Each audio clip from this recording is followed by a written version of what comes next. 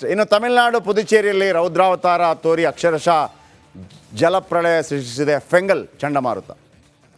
ಈ ಮಧ್ಯೆ ಸೃಷ್ಟಿಯಾದ ಅವಾಂತರ ಒಂದಲ್ಲ ಎರಡಲ್ಲ. ಬಂಗಾಳಕೊಲ್ಲಿ ತಮಿಳುನಾಡು ಭಾಗದಲ್ಲಿರೋದು, ಅದು ಈಗ ಅರಬ್ಬಿ ಸಮುದ್ರ ಭಾಗದಲ್ಲಿ ಬಂದಿದೆಯಂತೆ. ಅದು ಬಂದರೆ ಈಗಲೂ ಕೂಡ ಮಂಗಳೂರು ಆ ಭಾಗದಲ್ಲೆಲ್ಲ ಅನಾಹುತ ಆಗಿದೆ. ಈ ಕಡೆ ಬಂದರೆ ಈ ಕಡೆ ಜಾಸ್ತಿ ಅನಾಹುತ ಆಗಬಹುದು. ಒಂದು ರಿಪೋರ್ಟ್.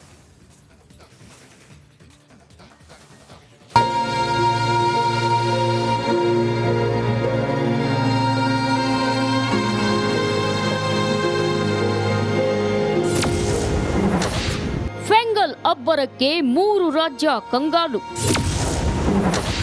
ಡೆಡ್ಲಿ ಚಂಡಮಾರುತಕ್ಕೆ ಜನಜೀವನ ತತ್ತರ. ಫೆಂಗಲ್ ಚಂಡಮಾರುತ ಬಿರುಸುಗೊಂಡಿರೋದ್ರಿಂದ ತಮಿಳುನಾಡು, ಕೇರಳ, ಕರ್ನಾಟಕದಲ್ಲಿ ವ್ಯಾಪಕ ಮಳೆಯಾಗ್ತಿದೆ. ಉತ್ತರ ತಮಿಳುನಾಡು ಕುಂಭದ್ರೋಣ ಆರ್ಭಟಕ್ಕೆ 15ಕ್ಕೂ ಹೆಚ್ಚು ಜನ ಸಾವಿಗೀಡಾಗಿದ್ದಾರೆ.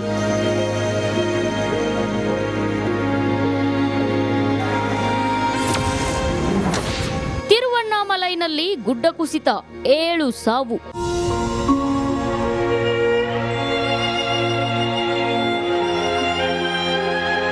ತಮಿಳುನಾಡಿನ ತಿರುವಣ್ಣಾಮಲೈನಲ್ಲಿ ಗುಡ್ಡ ಕುಸಿದು 7 ಮಂದಿ ಮೃತಪಟ್ಟಿದ್ದಾರೆ. ವಿಕ್ರವಾಂಡಿಯಲ್ಲಿ ಸೇತುವೆ ಕುಸಿದು ಮನೆಗಳು ಜಲಾವೃತವಾಗಿವೆ. ಪಾಂಬಾರ್ ಡ್ಯಾಂ ಬಿರುಕು ಬಿದ್ದು ಅವಾಂತರ ಸೃಷ್ಟಿಯಾಗಿದೆ.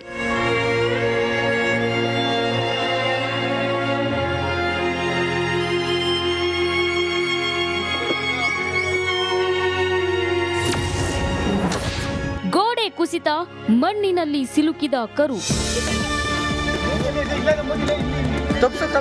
ಕೃಷ್ಣಗಿರಿ ಜಿಲ್ಲೆಯ ಸೂಳಗಿರಿ ಸಮೀಪದ ಸಿಪಂ ಗ್ರಾಮದಲ್ಲಿ ನಿರಂತರ ಮಳೆಗೆ ಮನೆಯ ಗೋಡೆ ಕುಸಿದಿದೆ. ಮನೆ ಗೋಡೆ ಕುಸಿಯುತ್ತಿದ್ದಂತೆ ಪಕ್ಕದಲ್ಲಿ ಕಟ್ಟಿದ್ದ ಕರುಗಳು ಮಣ್ಣಿನಡಿ ಸಿಲುಕಿವೆ.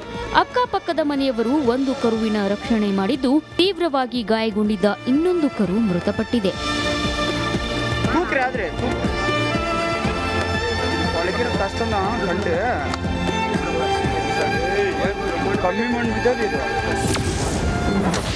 ಪಾಂಬಾರ್ ಆಣೆಕಟ್ಟಿನಿಂದ ನೀರು ಬಿಡುಗಡೆ. ನಾನೀಗ ಉತ್ತುಂಗರ ಏನೋ ನಿನ್ನೆ ಕೆರೆ ಕೋಡಿ ಹೊಡೆದು ಈ ಒಂದು ಭಾಗದ ಮನೆಗಳಿಗೆ ನೀರು ನುಗ್ಗಿದೆ. ಯಾವ ರೀತಿ ಕೆರೆ ಕೋಡಿ ಹೊಡೆದು ಯಾವ ರೀತಿ ನೀರು ರಭಸವಾಗಿ ಹೋಗ್ತಿದೆ ಅಂತ ತೋರಿಸ್ತಾರೆ ನಿಮಗೆ. ನೋಡ್ತಿರ್ಬೋದು ನೀರು ರಭಸವಾಗಿ ಯಾವ ರೀತಿ ಹೋಗ್ತಿದೆ ಅಂದರೆ ಸಾಕಷ್ಟು ಈ ಒಂದು ಭಾಗದ ಮನೆಗಳಿಗೆ ನೀರು ನುಗ್ಗಿದೆ. ಇಲ್ಲಿ ಬಸ್ಗಳೆಲ್ಲ ಡ್ಯಾಮೇಜ್ ಆಗಿದೆ. ಈ ಒಂದು ಹಳ್ಳಕ್ಕೆ ಬಸ್ಗಳು ಸಹ 11 ಬಸ್ಗಳು ಏನೋ ಉಳಿದವು. ಈಗ ರೆಸ್ಕ್ಯೂ ಮಾಡಿದ್ದಾರೆ. ಬಟ್ ಇದೀಗ ಯಾಕಂದರೆ ಕೆರೆ ತುಂಬಿ ಹೋಗಿದೆ. ಒಂದು ಕಡೆ ನದಿ ಅಂತ ಕಾಣ್ತದೆ, ಕೆರೆ ಅಂತ ಹೇಳೋಕ್ಕಾಗಲ್ಲ, ನದಿ ಥರ ಇದೆ, ತುಂಬ ದೊಡ್ಡದಿದೆ.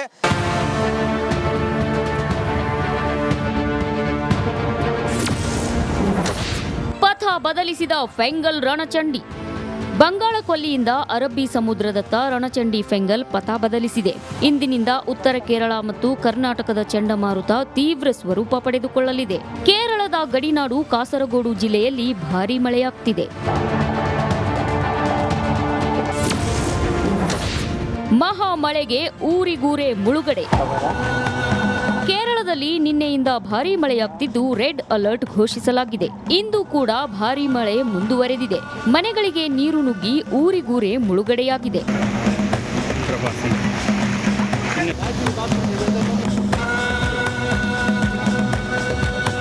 ಕಾಸರಗೋಡು ಅಲ್ಲದೆ ತ್ರಿಶೂರ್, ಪಾಲಕ್ಕಾಡ್, ಆಲಪ್ಪುಳ, ಕಣ್ಣೂರು ಜಿಲ್ಲೆಗಳಲ್ಲಿ ಭಾರೀ ಮಳೆಯಾಗ್ತಿದೆ.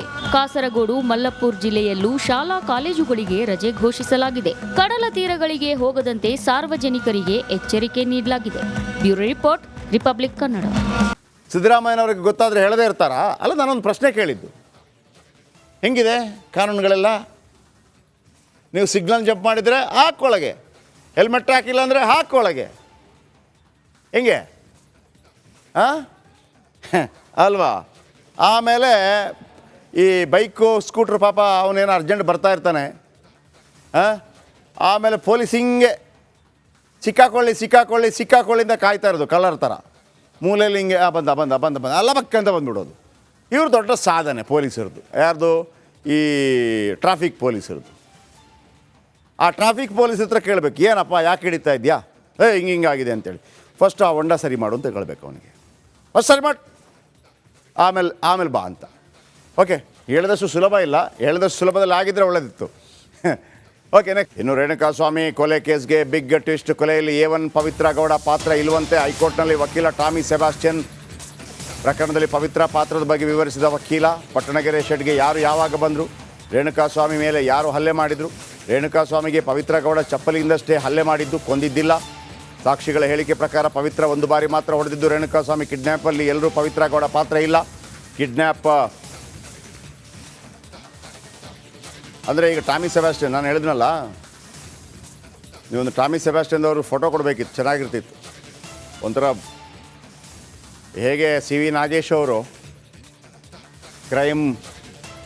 ಕ್ರಿಮಿನಲ್ ಲಾಯರು, ಟಾಮಿ ಸೆಬಾಸ್ಟಿಯನ್ ಅವರು ಕೂಡ ಅತ್ಯದ್ಭುತವಾದಂತಹ ಓರ್ವ ಕ್ರಿಮಿನಲ್ ಲಾಯರ್. ಅವ್ರು ಹೇಳೋ ಪ್ರಕಾರ ಇವರು ಕೊಂದದ್ದಲ್ವೇ ಅಲ್ಲ, ಒಂದು ಪೆಟ್ಟು ಹೊಡೆದಿದ್ದಾರೆ. ಮೊನ್ನೆ ಸಿ ವಿ ನಾಗೇಶ್ ಹೇಳ್ತಾಯಿದ್ರು, ಅಯ್ಯಪ್ಪ ದರ್ಶನ್ ಏನು ಮಾಡಲೇ ಇಲ್ಲ. ನಮಗೆಲ್ಲ ಹೆಂಗೆ ಅನಿಸ್ಬಿಡ್ತು ಅಂತಂದರೆ, ಜೀವನ ಚೈತ್ರ ಸಿನಿಮಾದಲ್ಲಿ ಡಾಕ್ಟರ್ ರಾಜ್ಕುಮಾರ್ ಅವ್ರದ್ದೊಂದು ಡೈಲಾಗ್ ಇದೆಯಲ್ಲ, ಎಲ್ಲರೂ ಒಂದೊಂದು ಮುತ್ತು ಕಣೆ ಅನ್ನೋ ರೀತಿಯಲ್ಲಿ ಆಗಿಬಿಡ್ತು. ಅಂದರೆ ಪಾಪ ಇವರು ಏನೂ ಮಾಡಿಲ್ಲ, ಎಲ್ಲ ಮುತ್ತು ಒಂದೊಂದು ಮುತ್ತು. ಕೊನೆಗೆ ಆಗೋದೇನು ಗೊತ್ತಾ, ದರ್ಶನ ಕೊಲೆ ಮಾಡಲಿಲ್ಲ, ಪವಿತ್ರ ಗೌಡನ ಕೊಲೆ ಮಾಡಲಿಲ್ಲ, ಆಮೇಲೆ ಪಾಪ ಅಣ್ಣ ಅಕ್ಕ ಅಂತೇಳಿ ಬಂದಿದ್ರಲ್ಲ ಒಂದೆರಡು ಮೂರು ಜನ, ಅವರು ಫಿಕ್ಸು. ಇಷ್ಟೇ ಆಗೋದು, ಅವರು ಫಿಕ್ಸು. ಹಂಗೆ ಅನಿಸ್ತಾ ಇದೆ. ಈಗ ಡಿಸೆಂಬರ್ 6ಕ್ಕೆ ವಿಚಾರಣೆಯನ್ನು ಮುಂದೂಡಿದೆ ಹೈಕೋರ್ಟ್. ಟಾಮಿ ಸೆಬಾಸ್ಟಿಯನ್ ಮತ್ತು ಸಿ ವಿ ನಾಗೇಶ್ ಕರ್ನಾಟಕ ಕಂಡ ಅತ್ಯದ್ಭುತ ಕ್ರಿಮಿನಲ್ ಲಾಯರ್ಸ್. ಅರ್ಥ ಆಯ್ತಾ? ನೀವು ರವಿ ಬೆಳಗೆರೆ ಅವರ ಕಾರ್ಯಕ್ರಮ ನೋಡ್ತಾ ಇದ್ದರೆ ಅವರಿಬ್ಬರ ಬಗ್ಗೆ ಹೆಂಗೆ ವಿವರಿಸ್ತಾ ಇದ್ರು ಅಂತಂದರೆ ಬಹಳ ಅದ್ಭುತವಾಗಿ. ಸಿ ವಿ ನಾಗೇಶು, ಆಮೇಲೆ ಸಿ ವಿ ನಾಗೇಶ್ ಅವರ ಬಾಡಿ ಲ್ಯಾಂಗ್ವೇಜು, ಆಮೇಲೆ ಟಾಮಿ ಸೆಬಾಸ್ಟಿಯನ್ ಹೆಸರೇ ಒಂಥರ ಥ್ರಿಲ್ಲು ಹೆಸರು, ಆಮೇಲೆ ಅವರ ಎಂಟ್ರಿ, ಇದೆಲ್ಲವೂ ಕೂಡ ಅಂದರೆ ಅವರು ಆ ಥರ ವಾದ ಮಂಡಿಸ್ತಾರೆ. ವಾದ ಮಂಡನೆ ಹೇಗಿದೆ ನೋಡಿ. ದರ್ಶನ್ ಅವರು ಎಲ್ಲರೂ ಕಿಡ್ನ್ಯಾಪ್ ಮಾಡಿದರು, ಎಲ್ಲಿ ಹೊಡೆದ್ರಿ, ಹೊಡೆದೇ ಇಲ್ಲ. ಆಮೇಲೆ ಇವರೇ ಒಂದು ಚಪ್ಪಲಿ ಹೊಡೆದು ಸತ್ತೋಗ್ಬಿಡ್ತಾರ, ಬೇರೆ ಇವರು ಅಲ್ವೇ ಅಲ್ಲ, ಬಿಟ್ಬಿಡಿ ಅಂತೇಳಿ. ಅಂದರೆ ನಾವು ಹೇಳ್ತಿರೋದೇನು ಗೊತ್ತಾ, 17 ಜನ ಇದ್ರಲ್ವ, 17 ಜನರಲ್ಲಿ ಇಬ್ಬರ ಬಗ್ಗೆ ಮಾತ್ರ ವಾದ ಮಾಡೋರು ಸಿಕ್ಕಿದ್ದಾರೆ. ಉಳಿದ 15 ಜನ ಆ ಬಡವರ ಮಕ್ಕಳು. ಅದಕ್ಕೆ ಒನ್ಸ್ ಅಗೇನ್ ನಾವು ಯಾರ ಜೊತೆ ಸೇರ್ತೀವೋ ನೋಡಬೇಕು, ನಮ್ಮ ಇತಿಮಿತಿ ನೋಡಬೇಕು, ನಮ್ಮಿಂದ ಆಗತ್ತಾ ಆಗೋದಿಲ್ವಾ ಅಂತೇಳಿ. ಒಂದು ಗಾದೆ ಮಾತು ನೆನಪಾಗತ್ತೆ, ಆನೆ ಲದ್ಯಾಕತ್ತೆ ಅಂತ ಮೇಕೆ ಲದ್ಯಾಕೋದಕ್ಕೆ ಟ್ರೈ ಮಾಡಬಾರ್ದಂತೆ. ಆನೆ ಲದ್ಯಾಕತ್ತೆ ಅಂತ ಮೇಕೆ ಲದ್ಯಾಕಕ್ಕೆ ಟ್ರೈ ಮಾಡೋದು, ಮೇಕೆ ಇಕ್ಕೇನೆ ಹಾಕೋದು ಅಂತ. ಹಾಗೆ ಓಕೆ, ನೆಕ್ಸ್ಟ್. ಅದೇ ದ್ರಾವಣವನ್ನು ಬಳಕೆ ಮಾಡಬಾರದೆಂದು ಔಷಧಿ ನಿಯಂತ್ರಕರು ವರದಿ ನೀಡಿದಾಗ್ಯೂ ಕೂಡ ದ್ರಾವಣವನ್ನು ಸರಬರಾಜು ಮಾಡುವ ಮೂಲಕ ರಾಜ್ಯ ಸರ್ಕಾರ ಬಾಣಂತಿಯರ ಸಾವಿಗೆ ಕಾರಣವಾಗಿದೆ.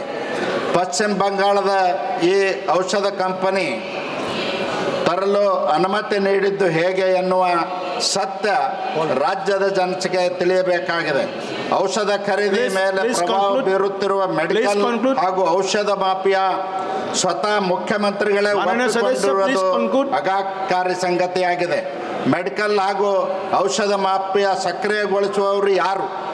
ಕರ್ನಾಟಕ ಕಾಂಗ್ರೆಸ್ ಸರ್ಕಾರವು ಭ್ರಷ್ಟಾಚಾರವನ್ನು ಅಂಥ ನಿರ್ಣಾಯಕ ವಲಯದಲ್ಲಿ ನುಸುಳಲು ಅವಕಾಶ ಕಲ್ಪಿಸುವ ಮೂಲಕ ಜನರ ಜೀವವನ್ನು ಅಪಾಯದ ಅಂಚಿಗೆ ತಲುಪಿಸಿದೆ. ಈ ಸಾವುಗಳು ನೇರವಾಗಿ ರಾಜ್ಯ ಸರ್ಕಾರ ಹೊಣೆ ಮಾಡಬೇಕಾಗುತ್ತದೆ. ಈ ದ್ರಾವಣ ರಾಜ್ಯದ ಎಷ್ಟು ಜಿಲ್ಲೆಗಳಿಗೆ ಸರಬರಾಜಾಗಿದೆ, ಅಲ್ಲಿ ಎಷ್ಟು ಸಾವುಗಳು ಸಂಭವಿಸಿವೆ ಎಂಬುದರ ಬಗ್ಗೆ ಸಂಪೂರ್ಣ ತನಿಖೆ ನಡೆಸಬೇಕಾಗಿದೆ. ರಾಜ್ಯ ಸರ್ಕಾರ ಪ್ರಕರಣವನ್ನು SITಗೆ ವಹಿಸುವ ಮೂಲಕ ಕಳೆದುಕೊಂಡು ಈಗ ಅಲ್ಲಿ ಗೋವಿಂದ ಕಾರಜೋಳ ಒಂದು ಮಾತನ್ನು ಹೇಳ್ತಾ ಇದ್ರು. ಇಲ್ಲ, ಅವರು ಧ್ವನಿ ಎತ್ತಿದ್ದಾರೆ. ಆದರೆ ನನಗೊಂದು ಅನಿಸೋದು, ಕನ್ನಡದಲ್ಲಿ ಅಷ್ಟು ಚೆನ್ನಾಗಿ ನಮಗೆ ಕನ್ನಡ ಅಷ್ಟು ಚೆನ್ನಾಗಿ ಬರ್ತಾ ಇರುವಾಗ ಲೋಕಸಭೆಯಲ್ಲಿ ಅಪೀಲ್ ಕೂಡ ಅದೇ ಥರ ಇರಬೇಕು, ಸ್ವಲ್ಪ ಜೋರಾಗಿರ್ಬೇಕು ಮಾತು ಅಂತ. ಅದೊಂದು ಬೈ ಹಾರ್ಟ್ ಮಾಡ್ದಂಗಿತ್ತು. ಅಂದರೆ ಆ ಓದಿ ಹೇಳೋದಕ್ಕೆ ಅಷ್ಟು ಕಷ್ಟ ಯಾಕೆ ಅಂತ ನನಗೆ ಗೊತ್ತಿಲ್ಲ, ಐ ಡೋಂಟ್ ನೋ ಅಲ್ವಾ. ಭಾಳ ಸುಲಲಿತವಾಗಿ ಹೇಳ್ಬೋದು. ಆದರೆ ಅದರ ಜೊತೆಗೆ ಇನ್ನೊಂದು ಮಾತನ್ನು ಹೇಳಿದರು ಅವರು, IV ಫ್ಲೂಯಿಡ್ ಇದೆಯಲ್ಲ, ಅದನ್ನು ಯೂಸ್ ಮಾಡಬಾರ್ದು ಅಂತೇನಿಲ್ಲ, ಯೂಸ್ ಮಾಡಲೇಬೇಕು, ಯೂಸ್ ಮಾಡದಿರೋಕ್ಕಾಗಲ್ಲ. ಅದೊಂದು ತಪ್ಪು ಮಾಹಿತಿ ಆಗುತ್ತೆ. ಎಲ್ಲೂ ಆ ದ್ರಾವಣವನ್ನು ಯೂಸ್ ಮಾಡಬೇಡಿ ಅಂತ ಯಾವ ಮೆಡಿಕಲ್ ಕೂಡ ಹೇಳ್ತಾ ಇಲ್ಲ, ಅಥವಾ ವೈದ್ಯಕೀಯ ಲೋಕ ಹೇಳ್ತಾ ಇಲ್ಲ. ಪರ್ಟಿಕ್ಯುಲರ್ ಕಂಪೆನಿಯ ಐ ವಿ ಫ್ಲೂಯಿಡ್ ಅಷ್ಟೇ. ಅರ್ಥ ಆಯ್ತಾ? ಆ ಪರ್ಟಿಕ್ಯುಲರ್ ಏನು ವೆಸ್ಟ್ ಬೆಂಗಾಲ್ ಮೂಲದ ಕಂಪೆನಿ ಇದೆಯಲ್ಲ, ಮೆಡಿಸಿನ್ ಕಂಪೆನಿ ಇದೆಯಲ್ಲ, ಅವರ ಐ ವಿ ಫ್ಲೂಯಿಡ್ ಸರಿ ಇಲ್ಲ ಅಂತ ಮಾತ್ರ ಆರೋಪ ಇರೋದು, ಉಳಿದ ಎಲ್ಲ ಕಂಪೆನಿಗಳದ್ದಲ್ಲ. ಹಾಗಂತ ಬೇರೆ ಇರ್ಬೋದು. ಈ ಹಿಂದೆ ಇದರ ಬಗ್ಗೆ ರೆಸ್ಟ್ರಿಕ್ಷನ್ ಇತ್ತು, ಅದು ಬೇಡ, ಆ ಕಂಪೆನಿದು ಬೇಡ. ಅದು ಗೊತ್ತಿದ್ದು ಕೂಡ ಯಾರು ತಗೊಂಡ್ರು? ಆಮೇಲೆ ಇದೇನು ದೊಡ್ಡ ಏನೋ ಬ್ರಹ್ಮವಿದ್ಯೆ ಅಲ್ಲ ಇದು, ಏನು ಅಥವಾ ರಾಕೆಟ್ ಸೈನ್ಸ್ ಅಲ್ಲ. 5 ನಿಮಿಷ ಕೆಲಸ. ಯಾಕಂದರೆ ಎಲ್ಲದಕ್ಕೂ ಇದೇ ಮೆಡಿಸಿನ್ ಹೋಗಲಿ ಅಂತೇಳಿ ನನ್ನ ಪ್ರಕಾರ ರಾಜ್ಯ ಮೆಡಿಕಲ್ ಸಂಸ್ಥೆ ಏನೋ ಅದರ ಆದೇಶ ಕೊಡೋದಿಲ್ಲ. ಆ ಜಿಲ್ಲಾಸ್ಪತ್ರೆಗೆ ಯಾವುದು ಬೇಕು ಅಂತೇಳಿ ಅಲ್ಲಿಯ ಫಾರ್ಮಸಿಸ್ಟ್ ಅಥವಾ ಅಲ್ಲಿಯ ಯಾರು ಮುಖ್ಯಸ್ಥ ಆಸ್ಪತ್ರೆಯಲ್ಲಿ ಅವನು ಡಿಸಿಷನ್ ತಗೊಳ್ಳೋದು. ಅವನನ್ನು ತೆಗೆದು ಒಳಗೆ ಹಾಕಿದರೆ ಮುಗಿದೋಯ್ತು. ಸುಮ್ಮನೆ ಇದನ್ನು ಭಾಳ ದೊಡ್ಡದು ಮಾಡ್ತಾ ಇದ್ದಾರೆ ನನ್ನ ಪ್ರಕಾರ. ಓಕೆ, ನೆಕ್ಸ್ಟ್ ಹೋಗಿ.